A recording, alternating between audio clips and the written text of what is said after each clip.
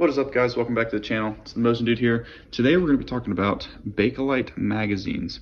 As you can see, these are very beautiful, some would even say maybe ornate magazines. They have a very orangish kind of tint to them, being that the material they're made out of. We'll talk about that later. Before we start talking about Bakelites and the mags themselves, we should talk about the origin that led up to Bakelite magazines that you see here. So as you can see here, I have a couple of magazines laid out. This one over here is just a South Korean new production mag, but it kind of gets the point across as to what mags originally were back in the day. But originally, when the AK-47 was designed, this was the typical mag that came with it. Initially, there was a slab side, so this was all flat here along the magazine itself. There was no ribs or anything like that. That's a later design, but basically this is what an original mag would look like. This is more of like a Romanian design, if anything, what they're currently using for 47s, but this is what an original steel magazine would look like. The Russians then saw that the steel mags were a little too hefty, so they also had other issues with steel in cold weather environments, that when they would get wet and cold, that the water would tend to condensate inside the magazine and cause the steel to rust. So they wanted to experiment with aluminum mags. Now obviously aluminum is a lot less sturdy material. It's a little more malleable. So that would cause the Russians to design a mag with more ribbing and more structural support. As you can see here, these ribs are pretty defined compared to the original steel mag over here. And you can see that it's got some cool markings on there. I'll get some closer ups of that, but the steel was just a lot more heftier. Like I said, it had issues in cold weather, so they wanted to experiment with these aluminum mags here. The aluminum did well for a couple of years, but it just wasn't super sturdy, so that caused the Russians to experiment around with Bakelite. And what Bakelite is, it originally started with the 47 mags in the mid 1960s, give or take. But basically what Bakelite is, or these mags, it's not actually made of Bakelite itself, but of a glass reinforced polymer. It gives it a nice orange texture, the material that you used. It's a little more expensive to manufacture than the steel mags, which led to a lot of people not adopting these, a lot of countries not adopting these just because it was a little more expensive to manufacture a Bakelite magazine like this as opposed to the steel ones. It is a very robust design though, more so than the aluminum mag, obviously less than the like slab side mags they had back in the day, but it's still a very robust mag as it has a steel toe, a steel lip up here, and then the reinforced steel lips up here as well. You might be able to see that in there, but otherwise very robust design, and then also has the steel floor plate down here.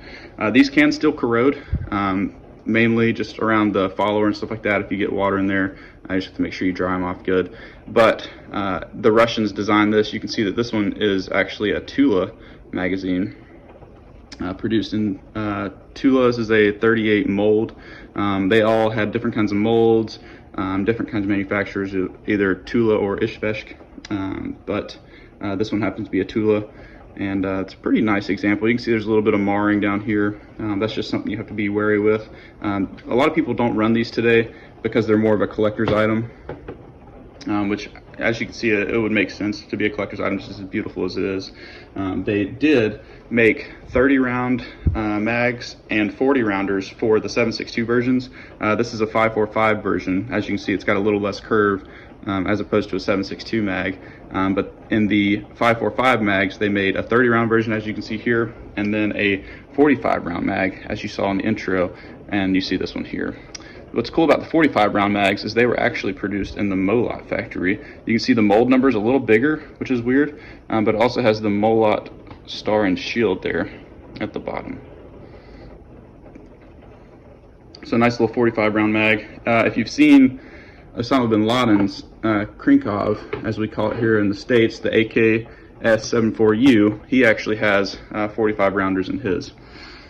But with that being said, the Russians kept experimenting. The 74 originally came when it was designed with Bakelite magazines, But as they progressed from the 74 to like an AK-12, they started experimenting with polymer mags. Now these weigh about the same. The Bakelite is maybe, I'd probably say 4 to 5 ounces heavier.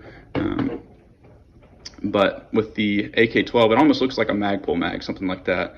It's a pretty neat design with some of the things they have. They have the window here with the round markings, as you can see, how many rounds you have left. But they also have this little heel right here on the mag. So when you're laying prone or you're, you're like perched up against like a barrel or something like that, you can lay that flat.